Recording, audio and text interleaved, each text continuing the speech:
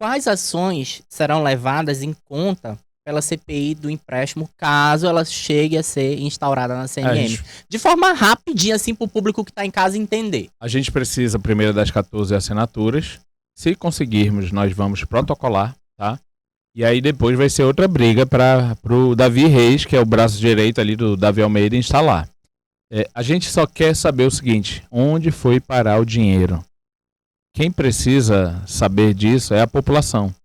Foram quase 2 bilhões de reais nos projetos de lei. Vou fazer uma denúncia daqui a pouco, de que no primeiro projeto de lei aprovado de empréstimo, de abril de 2021, o prefeito coloca no projeto de lei, não é entrevista, viu, Isaac?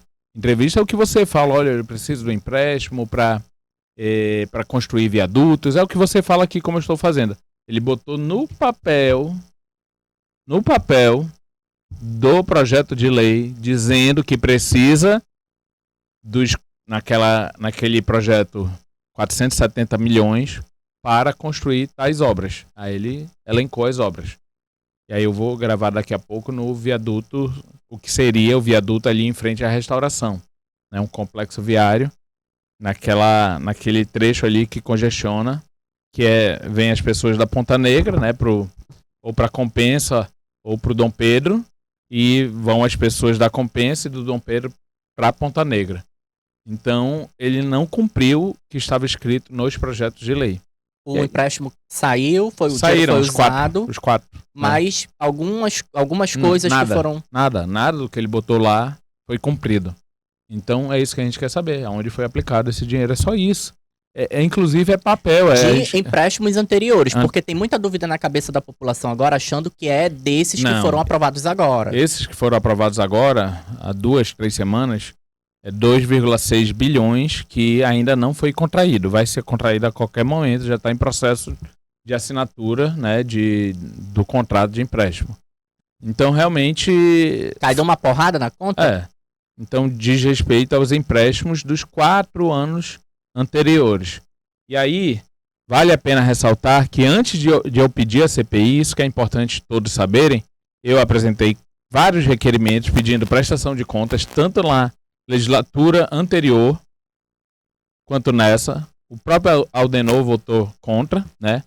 Esses vereadores também votaram contra, o Simon Bessa. Esses caras estão votando contra por quê? Eles votaram contra a prestação de contas. Eles querem que os projetos de lei deles sejam aprovados na CMM, os requerimentos. Pois é por projeto? Qual é o projeto de algum vereador? O que eu acompanhei, o senhor alegava muito isso, que requerimentos seus não eram atendidos. Isso sim. Será que não é isso que eles temem que aconteçam com eles também? Olha só, se isso for a justificativa... Então, eu acho que todos os parlamentares do Brasil têm que ser da base, seja de governo federal, estadual e municipais, dos 5.500 municípios do Brasil. Né? Melhorou essa situação para o senhor de atender os seus requerimentos? Não. Eu vi que o senhor teve em alguns eventos, inclusive com o Renato Júnior, que é o vice-prefeito. Não, ali foi minha emenda parlamentar, a emenda é obrigatória, tá? Mas de requerimentos continua o mesmo bloqueio. Não, do mesmo jeito. Não avançou nem nada. Eles fingem, se a gente denunciar uma casa que tá caindo, eles deixam cair a casa, mas não atendem. Tô te falando. Inclusive, o senhor postou recentemente sobre o Japim, né? Japim, uma situação agora de alagamento. Então eles deixam cair. Não, é pedido do Rodrigo? Não, mas tem uma casa caindo ali, prefeito. Não, deixa cair. Lógico que eles não falam com essas palavras, mas na prática acontece isso. Eu não acho que eles falam, não, deixa morrer, deixa cair. Mas na prática... é o que acontece, é a prática, tá? Tô dizendo que a vontade deles é de que a pessoa morra, mas na prática é o que acontece. A gente faz a denúncia, a situação é grave, mas como é nossa, eles não atendem. E aí tu me pergunta, Rodrigo, então por que você não se torna então da base? Porque você ser da base, você tem que ficar caladinho. Você não pode fiscalizar, você não pode denunciar, você não pode cobrar. Se roubar R$1 trilhão, você tem que ficar calado. Se aumentar o IPTU 10.000%, tem que ficar calado. Se tiver 500 escândalos, tem que ficar calado. É assim. Hoje então eu não estou à venda. Hoje existem quais lados na CMM? Base e oposição. O senhor é um vereador de oposição. Na prática pode se chamar sim. eu não entrei e eu não sinto o espírito de ser de oposição. Eu me sinto um vereador que cumpre a função de vereador. Mas se for para classificar, entende que cabe. Se for para classificar, fazer uma classificação, botar numa caixinha, aí pode se chamar assim. Mas eu não vou lá, eu sou de oposição, quero destruir com o governo, quero ir contra tudo. Não, eu sou um vereador que fiscaliza. Então hoje o Rodrigo Guedes não fala que é de oposição, mas se vê na oposição. Não, olha, se for para botar numa caixinha de classificação, sim, né? Mas eu não tenho um espírito de dizer, eu sou um cara que sou oposição. Eu tô ali para fiscalizar, eu tô ali para cobrar. Se eu estivesse na Assembleia, eu estaria fazendo isso na Assembleia Legislativa, né? E aí, um governo que erra menos, ele vai ter menos cobrança.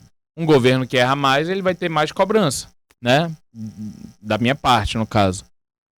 Vamos supor, hipoteticamente, eu vi prefeitos, Brasil afora, que se elegeram com 80% agora, na eleição de 2024. É óbvio que vai ter muito menos coisa para falar da gestão desse prefeito, senão ele não teria sido eleito com 80%, né? Então, agora, uma gestão, né, no caso da Prefeitura de Manaus, que está deixando tanto a desejar, quanto mais eles erram, mais a gente vai ter que cobrar, não tem jeito. Né? Se tem aquele buraco passando aqui, ali no Mindu, ao lado, a gente vai ter que falar. Se tem centenas, a gente vai ter que falar. Porque se todo mundo se calar, e aí nada vai melhorar.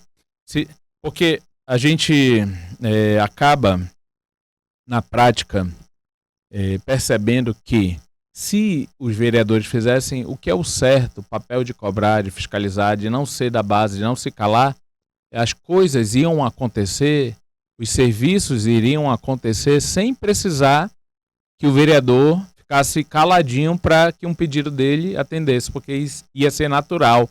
Se todos tivessem a mesma postura, atender um buraco, uma rua, ia ser natural, não ia ser um pedido do vereador.